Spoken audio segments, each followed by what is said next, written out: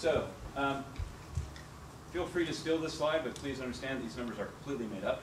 In fact, they're so made up I took the numbers off this left side. This is sort of what you're gonna see. The numbers across the bottom are campaigns, and the two lines, the blue line is a test and learn strategy, no eye tracking, and the red line is eye tracking. Because what happens if we do the eye tracking first, we're going to start at a better spot, and we're going to get up that optimization curve faster. We'll get to the same point in the end, but we get there a lot faster, which means your communications are a lot more effective. So the challenge for British Gas was really the ability to 21st century and actually start emailing customers rather than sending letters all the time. 50 million is a hell of a lot.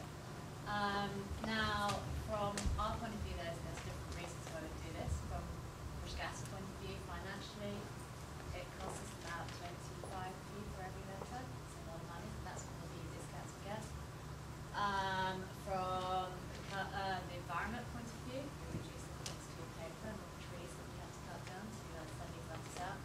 And then also, more importantly, from the customer point of view, albeit we've got a mix of customers, you know, maybe your parents are British Gas customers, they might not want emails, but some of them might.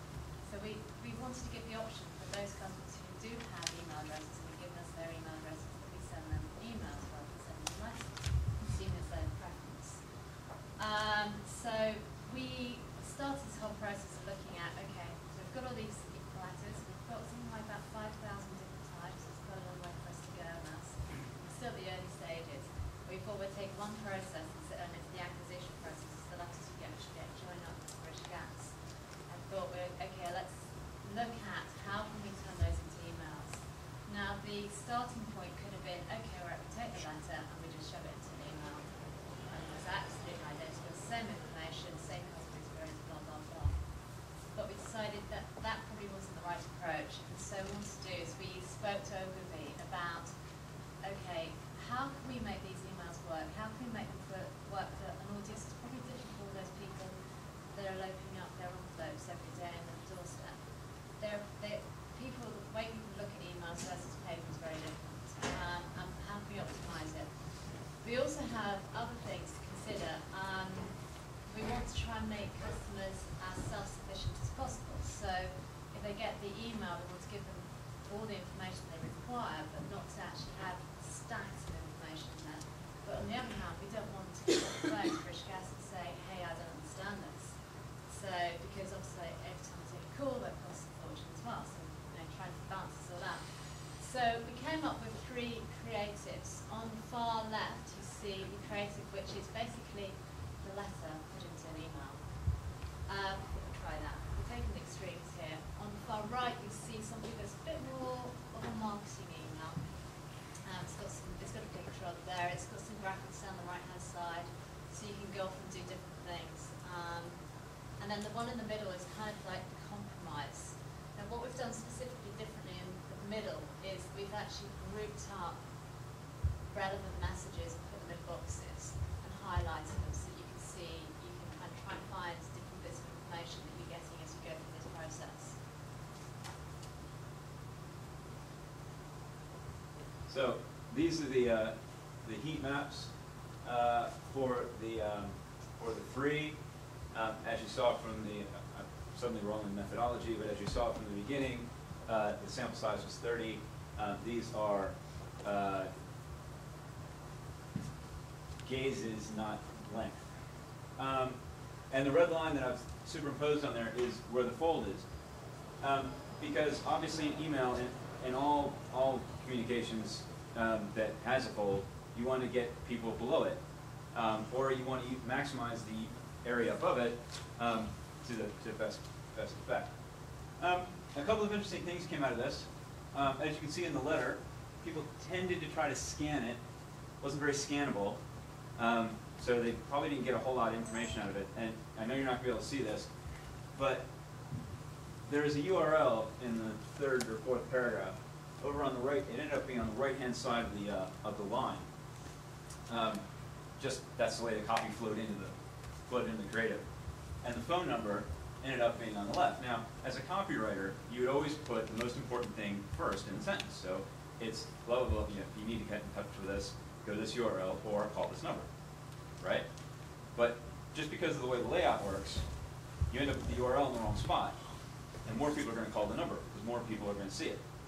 So that was an interesting learning that we took away that we can apply in other things going forward. The second email, the boxes email, you can see that the boxes got generally better coverage. A lot, people got more of the information, or at least looked at more of the information, whether they took it in or not. It's debatable. And then in the third email, you can see people tried to scan again. The stuff on the right did get a little bit of high traffic, but not a lot of clicks, right? So that was critical information that had been covered in the other two emails in the email. We thought we'd try, well, let's see if we can get them to the website, and that, well, didn't work.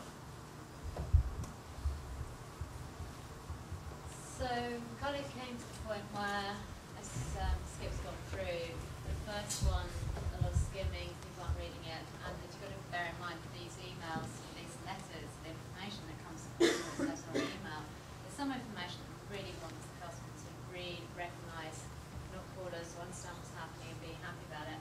There's some information, we're regulated, we have to deliver to the customer.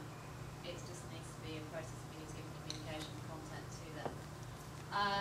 So we were looking at, between the letter and the first and the third emails, there was things that were being missed in the third one, and the first one was just being skim read, so they weren't getting all the content they wanted to get to. The second one seemed to be more of a win, but there was things we needed to do to change that, to improve upon that, which is why we went for the second phase. And we actually had the second phase built at the beginning, which was to get the best solution and then work on it and come up with what would be the next creative phase before creative, which is taken through.